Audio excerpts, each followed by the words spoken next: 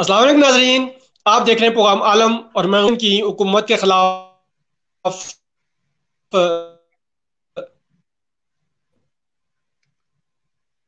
उस्मान ठीक नहीं आ रहा, ये ठीक नहीं आ रही आवाज।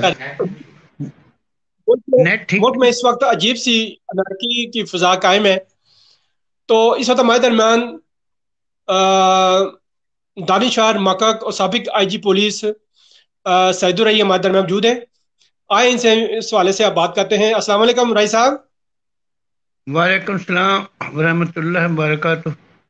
और राय साहब, आज पाकिस्तान और पाकिस्तान की सालमियत के हवाले से साजिशें हो रही हैं। कायद आजम पर हमले हो रहे हैं, कायद आजम के मज़ार पर हमले हो रहे हैं। तो क्या आप समझते हैं कि ये फिफ्थ फिफ्थ वार है, फिफ्थ वार जनरेशन वार है? और इन साजिशों के पीछे कौन मुलव्वस हैं? और ये भी बताएं कि क्या ये टू नेशन थ्योरी पर हमला नहीं? आप क्या कहते हैं?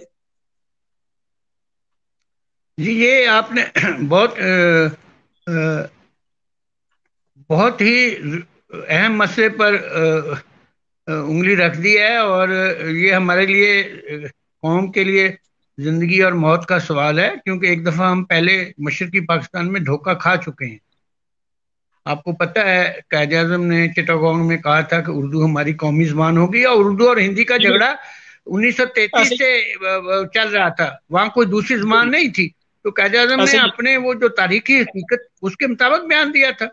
बाकी लोकल जबानें वो भी इंडिया में भी हिंदी कौमी जबान है और बाकी जबानें लोकल हो सकती हैं, लेकिन उसको इशू बना लिया गया। उन्होंने कायद आजम पर ही हमला कर दिया। कायद आजम पर हमला करने का मकसद ये था कि फिर पाकिस्तान पर हमला था, और वो नतीजा आपने देख लिया। ये मोदी ने खुद जाके वहां जंग लड़ी है। इंडिया का ये जो प्राइम मिनिस्टर है, ये तो इसने इतराफ किया है कि मैंने वहां खुद जाके जंग लड़ी है फौज के खिलाफ। तो बात ये है, हमें यहाँ अब होशियार होना चाहिए था, लेकिन मेरा ख्याल है हमारी कौम सोई हुई है। पाकिस्तान पर देखें, शेख अब्दुल्ला गद्दार कश्मीर मशहूर है, उसकी औलाद भी अब तोबा कर रही है। मुझे नहीं पता कश्मीरियों ने वो तोबा कबूल किया है कि नहीं, लेकिन नवाज शरीफ मुझे वही शेख अब्दुल्ला का कोई रिश्तेदार लगता है। इसने सबसे पहले हमला किया टू नेशन थ्योरी पर, जब उसने कहा कि इंडिया पाकिस्तान के दरमियान तो एक लकीर है, खाना पीना एक है, मुआशरा एक है, मीशत एक है, हमारा कारोबार एक है। अब इसकी ये स्पीच को आप कायद आज़म की उस स्पीच के साथ मुआवजा करें जिसने कहा था कि हिंदू और मुस्लिम में फर्क है, हमारा खाना पीना मुख्तलिफ है, रहन सहन मुख्तलिफ है, हमारे हीरोज मुख्तलिफ हैं, हमारी तारीख मुख्तलिफ है, हमारी इबादत गाहें मुख्तलिफ हैं। इसने जनाब टू नेशन थ्योरी पर हमला कर दिया और ये बच निकला। इसी से कुछ ने, मैंने तो पहले अपनी चैनल्स को, मुझे इतराज है उनको चैनल पर ये नवाज शरीफ की तकरीर रोज सुनानी चाहिए।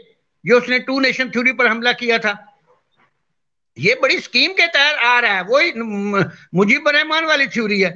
अब उसके औलाद ने कायद आज़म के मजार पर हमला कर दिया। यानी आप देखें, ये सबसे पहले हमारा जो बेसिक पाकिस्तान है उसको तोड़े। मोदी ने भी गांधी पर हमला किया है। गांधी और कायद आज़म बड़े शरा सदर के लीडर थे, बड़े काबिल लीडर थे, इन्होंने सही फैसले किए थे। लेकिन ये जो हमारे गुमराह कुन लोग हैं, दहशत पसंदों के साथ आप मिल गए, ये तो उसको नहीं पसंद करते। तो वो अब वहां मादर मिल्लत का, यानी मादर मिल्लत का वहां मजार भी है कायद आज़म, और वो मादर मिल्लत के नारे लग गए। मुझे नहीं पता सफदर साहब ने अगर ये नारा लगाया है तो उसने तो अपनी बीवी को मां कह दिया है, उस पर तो अजहार का कानून लगता है, उसकी तो बीवी उस पर हराम हो चुकी है अगर उसने नारा लगाया, बिकॉज वो मिल्लत में वो भी शामिल है। अगर दूसरे कोई नारा लगाते हैं वो अलग बात है, लेकिन अगर उसने बीवी को मादर कहा है तो उस पर कानून अजहार का लगता है, उसको बीवी हराम हो जाती है। लेकिन इन्होंने देखे वहां जाके कैसे हमला किया कायद आज़म के मजार पर। ये कायद आज़म के पीछे पड़ेंगे। और मुझे अफसोस है, मैं पुलिस ऑफिसर, कि हमारे आईजी ने सही काम नहीं किया। अगर कायद आज़म की बेहरमती हुई थी, वो एफआईआर तो दर्ज ना करता, उसने अपनी भी बेइज्जती कराई और पुलिस की भी बेइज्जती कराई। भाई जब कायद आज़म के मजार की बेहरमती हो रही है और आपने एफआईआर क्यों नहीं दर्ज की? आप किसके गुलाम चट्ठे बने हुए थे? आप कानून के हुक्मरान हैं, आप कानून पर चलते हैं। अगर वो ये एफआईआर दर्ज कर लेता तो आईजी की बेइज्जती भी ना होती, हमारी पुलिस की बेइज्जती भी ना होती। तो मैं ये बात कह रहा हूं, ये पार्टी जो है आस्ता आस्ता हमारे जो बुनियादी पाकिस्तान के बुनियादी मीनार है सॉवरेनिटी के और हमारी हमारी तखलीक के, उन पर हमला कर रहे हैं। वो मोदी जिसने हिंदुस्तान पर हमला किया उसके साथ यहाँ खुफिया मुलाकातें हुई हैं, आपको कितनी हुई हैं? मुझे तो ये भी पता इस लगा हवाले से जिस दिनों में ये मुलाकात कर रहा था, एडीसी को छुट्टी दे दी गई थी। इसने टोटल टोटल खुफिया मुलाकातें की हैं। ये तो बहुत खतरनाक बात है, हमारे मुल्क की सॉवरेनिटी के खिलाफ जाता है। अब उसके चेले चांटे जनाब अली फौज पर हमला कर रहे हैं, पहले उसने फौज पर हमला वहां किया। ये और भाई साहब, इस फिर हवाले ये से नेशनवाद, ये खुफिया, सारे ये क्यों नहीं मुजीबुर हटक रहमान दिला वाली रहे? पूरी। मैं बताता हूं ना, ये इदारे हमारे सोए हुए, बात आगे बढ़ती जा रही है। हम ये कर देंगे, वो कर देंगे, जिस तरह जितने इंक्वायरीज हुई हैं उनका भी यही हाल इमरान खान ने किया है, इसका भी यही कर रहे हैं। इनके चेले चांटे बयान ही देने, हम ये कर देंगे, नवंबर में कर देंगे, दिसंबर में कर देंगे। ये मुल्क की सालमियत और सॉवरेनिटी के खिलाफ मैंने चंद एक बातें की हैं। कलभूषण का नाम नहीं लिया इन्होंने कहीं, पूरी इंटरनेशनल में कहीं नहीं लिया। वो फजल रहमान 5 साल कश्मीर कमेटी में सोया रहा, फॉरेन मिनिस्टर कोई नहीं था, इन्होंने कश्मीर को दबा के रखा है। इन्होंने मजबूर किया है मोदी को कि वहां हमला करे। और आप बातें ये इनकी सुनो, इनके लफंगों की बातें सुनो, चाले चांटों की बातें सुनो। जो अयाज सादिक ने कहा है वो एक और मीर जाफर पैदा हो गया है, सादिक अज दक्कन, जाफर अज बंगाल, नंगे कौम, नंगे दीन, नंगे वतन। ये एक स्कीम के तहत जा रहे हैं। आर्टिकल 17 कहता है कि अगर कोई पार्टी मुल्क की सॉवरेनिटी और इंटेग्रिटी के खिलाफ जा रही है तो गवर्नमेंट उसको डिक्लेयर करे। बातें क्यों करते हैं इनके मिनिस्टर? उस डिक्लेरेशन के बाद 15 दिन के अंदर इनको रेफरेंस सुप्रीम कोर्ट में भेजना है, ये पार्टी का फैसला करें ये क्या है। आपका आर्टिकल 7 ये कहता है, हुकूमत क्यों नहीं ये करती? वो नहीं। हुकूमत को करना चाहिए ना। इसकी स्पीच जो है नवाज शरीफ की, जिसने कहा था ये सिर्फ एक लकीर है, टू नेशन थ्योरी को खत्म कर रहा था, और कायद आजम का वो बयानिया जो टू नेशन थ्योरी का है, जो मैंने बयान किया, ये दोनों को मुकाबले में कौम के सामने पेश करें ना, कौन से रेफरेंडम ले ले, कौन बता देगी कि ये गद्दार है, टू नेशन थ्योरी का कौन ऊपर करेगा, हमला कौन किया करेगा? है। क्यों नहीं कर पा रहे? ये हुकूमत करेगी, हुकूमत सोई हुई है। इसलिए तो अयाज सादिक सही कह रहा है कि ये इनमें दमखम नहीं है। उनको पता है ये इनमें दमखम कोई नहीं है, ये बातें करते रहते हैं। ये मेरी नजर में ये पार्टी मुल्क की सालमियत पर हमला कर रही है और कर चुकी है। अब आजाद बलूचिस्तान के नारे भी लगवा रहे हैं अपने जुलूसों में।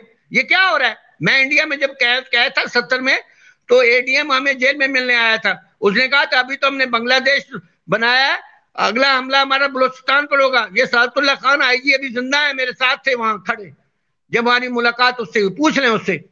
ये इनकी बड़ी लंबी स्कीमें हैं। ये उनके स्लीपिंग पार्टनर थे, शेख अब्दुल्ला के साथी थे।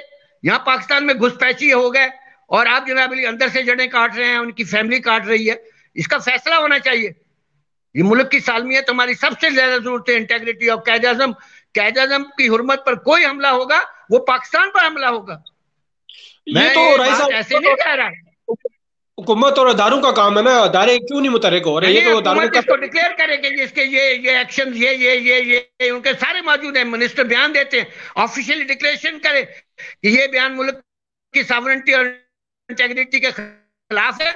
वो डिक्लेरेशन फिर वो 15 दिन के अंदर सुप्रीम कोर्ट में ले जाएं कि इस पार्टी के बारे में फैसला करें, ये पार्टी क्या कर रही है। ये इनको करना चाहिए, अमली तौर पर जरूरी है। हिंदुस्तान ने 15 लाख फौज भेजी है कश्मीर में, 70 साल से मार रहे हैं। अब उन्होंने अवामी हमला कर दिया है कि कोई भी हिंदुस्तानी जो है वो कश्मीर में प्रॉपर्टी खरीद सकता है। वो तो आगे बढ़ते जा रहे हैं।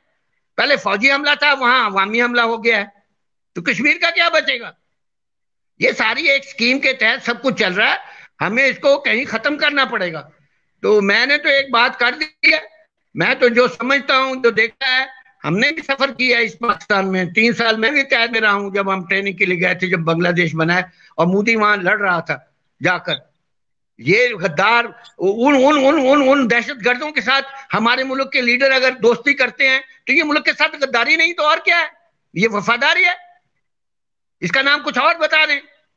तो ये हुकूमत को एक्शन आर्टिकल 17 के अंदर पार्टी नून लीग के खिलाफ लेना चाहिए। और ये मेरे ख्याल है कौन से भी इससे राय ले लें कि इन्होंने जो बयान दिए हैं टू नेशन थ्योरी और कायद आज़म की हुर्मत के खिलाफ हैं कि नहीं। बहुत शुक्रिया आपका। Thank you. बहुत शुक्रिया राय साहब। नाजीन, इसके साथ ही आपसे इजाजत चाहते हैं। देखते रहिएगा असम्बली टाइम न्यूज़। अल्लाह हाफिज।